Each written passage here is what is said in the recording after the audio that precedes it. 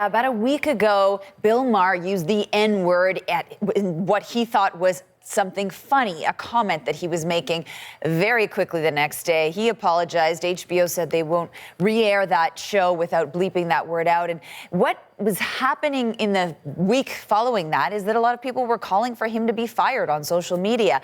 And then we had this last night's show, and it featured a panel that focused on the topic, embraced a discussion of it, and came up with some really interesting comments. Have a listen to Ice Cube, one of his guests. It was wrong, and I apologized.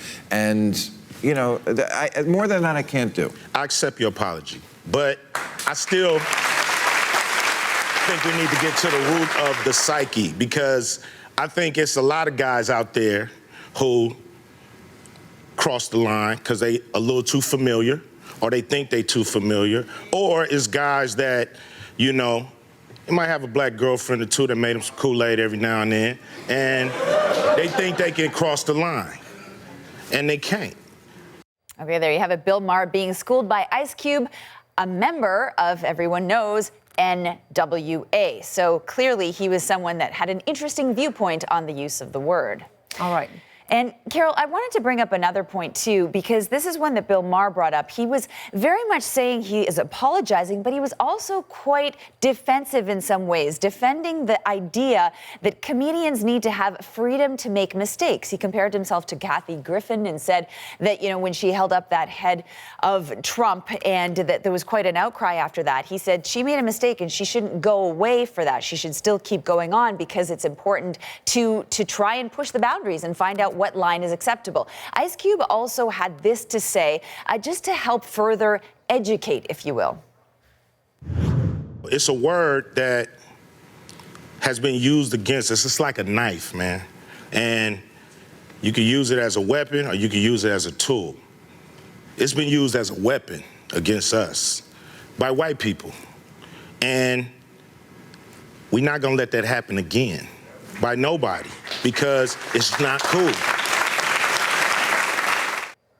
Yeah, lots of people weighing in on this one. Comedian Kevin Hart, he said that, I don't think Bill Maher is a racist, but it was stupid. He knows the consequences of using a word like that.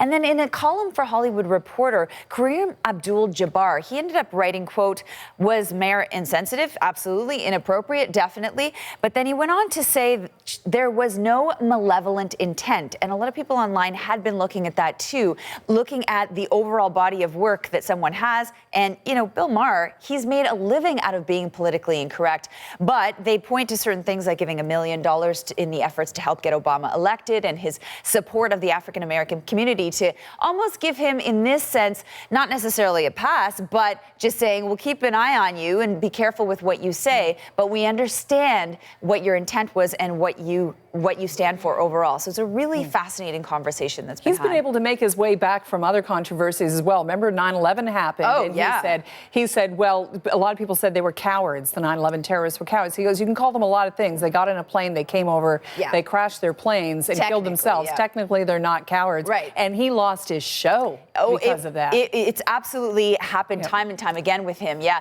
I think really all he's going to lose now is Emmy votes, because that happens to coincide with the timing of Emmy voting. But I don't know that he necessarily cares about that sort of thing. He cares about lively discussion, and I think he certainly knows what he was getting, and he got it.